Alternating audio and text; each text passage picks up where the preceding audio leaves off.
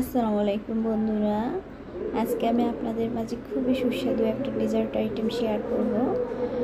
Horlicks ফ্লেভারে দুধ এবং fruits দিয়ে তৈরি এই ডেজার্টটি খুবই অসাধারণ। প্রথমেই আমি একটি পাত্রে দুধ 3 পোয়ার মতো দুধ দিয়ে নেব। এখান থেকে আমি কিছুটা দুধ আগে থেকে একটু তুলে রেখেছি, অন্য একটা কাজে লাগবে। তো আমি দুধের ভিতরে এখন 3টি এলাচ দিয়ে দেবো। এলাচগুলো অবশ্যই থেতলে দিবেন, নয়তো এলাচের সুঘ্রাণ বের হবে না। এবার আমি দুধের ভিতর দিয়ে দেবো পরিমাণ মতো চিনি। যে যেভাবে চিনি খেতে পছন্দ করেন আপনারা সেভাবে চিনি দিবেন। চিনি দিয়ে আমি দুধটাকে নাড়তে থাকবো এবং দুধটাকে আমি মোটামুটি ঘন করার চেষ্টা করব। ঘন করে প্রায় আমার এখন হাফ লিটারের মতো দুধ হয়ে গেছে। এ পর্যায়ে আমি দুধ থেকে এলাচগুলোকে তুলে নেব। এই ডেজার্টটা আসলে অনেক পুষ্টিগুণে ভরপুর দুধ ইউজ করার কারণে।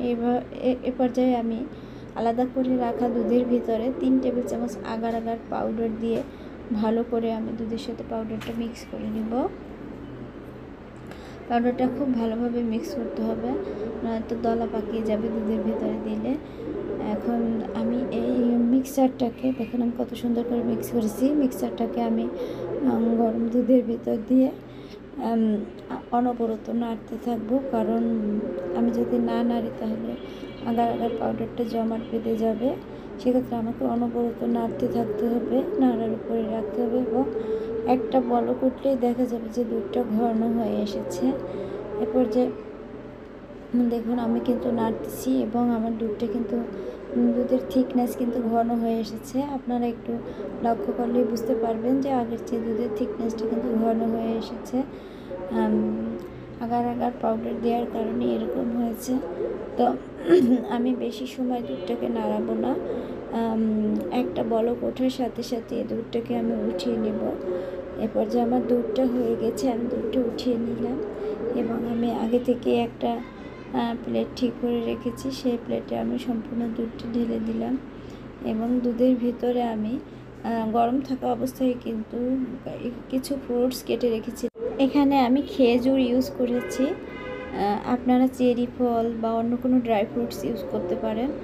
এ পর্যায়ে আমার দুধটা হালকা একটু কিন্তু জমেও গেছে দেখুন। এর উপরে আমি এখন হরলিক্সের গুঁড়ো দিয়ে দেব। হরলিক্স ফলে ডেজার্টটির স্বাদও চেঞ্জ হয়, রঙও চেঞ্জ হয় এবং একটা জুসি জুসি ভাব চলে আসে। আপনারা দেখবেন আধা ঘন্টা রেখে দেওয়ার পর আমি আবার চলে আসলাম। এখন আমি আপনাদের ডেজার্টটি কেটে দেখাবো। দেখুন কেমন সুন্দর জুসি জুসি ভাব হয়েছে, নরম হয়েছে, বেশি হার্ড হয়নি।